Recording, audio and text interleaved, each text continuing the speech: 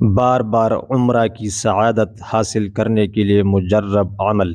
بعض حضرات حرمین شریفین کی حاضری نصیب ہونے کے لیے ہر اذان کے وقت اذان کا جواب، اذان کے بعد کی مسنون دعا درود شریف اور پھر اس کے بعد 3 مرتبہ تلبیہ پڑھنے کو بھی بتلاتے ہیں۔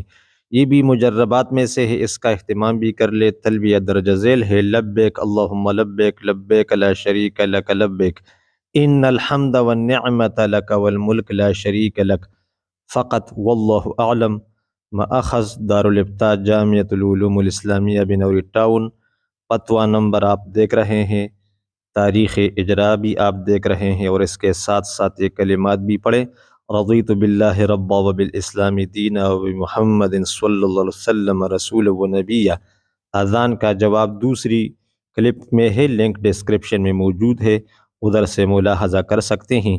اور اذان کے بعد کی دعا یہ ہے: اللہم رب هذه الدعوة التامة والصلاة القائمة آت محمدا الوسيلة والفضيلة وبعثه مقاما محمودا الذي وعدته إنك لا تخلف الميعاد۔